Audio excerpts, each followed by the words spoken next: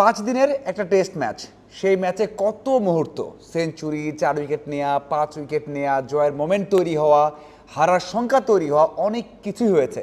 তবে ঢাকার টেস্ট, এই ঢাকার টেস্ট মনে রাখতে হবে এক বলের জন্য, মানে যে বলটা বাংলাদেশের কোনো ফ্যান ভুলবে না, নাহিদ রানা নিজে ভুলবেন না রিজওয়ান। আউট হওয়ার পরে তাকিয়েছিলেন, দেখছিলেন বলটা কোথায় দিয়ে ঢুকলো, মানে কিভাবে ওই বলটা তিনি বোল্ড হলেন।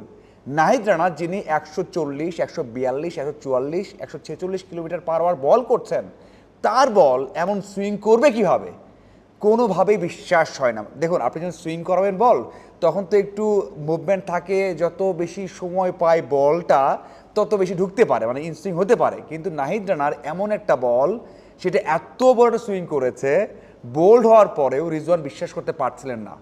উদযাপন করছে বাংলাদেশ, মুশফিক তো নেচে গেয়ে একেবারে একাকার, প্রত্যেকটা বলেই, মানে যখন নাহিদ রানা বল করেন, উইকেট নেন, উদযাপন করেন, সে উদযাপন করছিলেন। তারপরেও সেখানে দাঁড়িয়েছিলেন, রিজওয়ান দাঁড়িয়েছিলেন যে বলটা কিভাবে উইকেটে গিয়ে হিট করলো।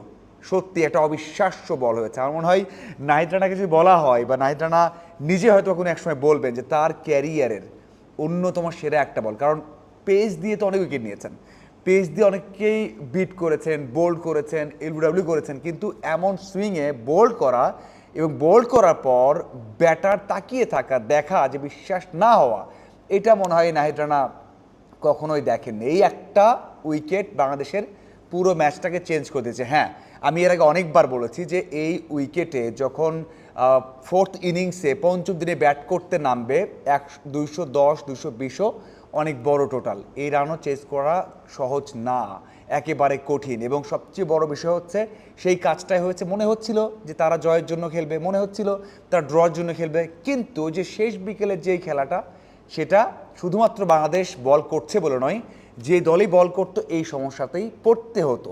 কিন্তু একটা আলাদা বিষয় আছে, সেটা হচ্ছে যে বাংলাদেশ ম্যাচটা যে এই অবস্থায় নিয়েছে, এত দ্রুত শেষ পর্যায়ে নিয়েছে, সেটা অন্যতম কারণ হচ্ছে পেসাররা।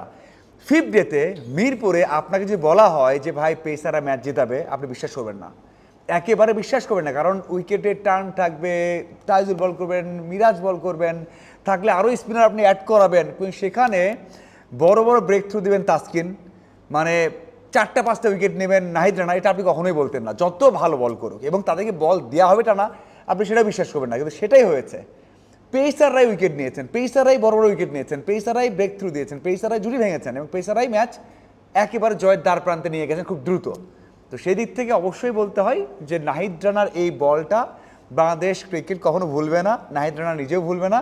সাথে হচ্ছে ওই যে, মানে রিজওয়ান একমাত্র স্বীকৃত ব্যাটার ছিলেন, 46 বল খেলে ফেলেছেন, 15 রান করেছেন, উইকেট থিতু হচ্ছেন, ওই টেলেন্ডারদের নিয়ে আর 1 ঘন্টা বাকি আছে, সেই 1 ঘন্টা কাটিয়ে দিবেন, সেই চিন্তা যখন করছেন, তখন এই অবিশ্বাস্য বলটা, এই একটা অবিশ্বাস্য বল, এই একটা বলই আমার মনে হয় ঢাকা টেস্টকে মনে রাখার জন্য যথেষ্ট।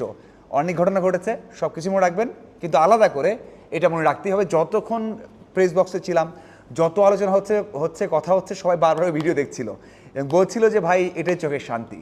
সো আমার মনে হয় ঢাকা টেস্ট পাকিস্তানের বিপক্ষে এই ম্যাচটা আমরা যতবারই দেখব, এই বলটা বারবার দেখব, বারবার আমাদের চোখের সামনে আসবে এবং চোখের শান্তি হয়ে থাকবে। ধন্যবাদ সবাইকে।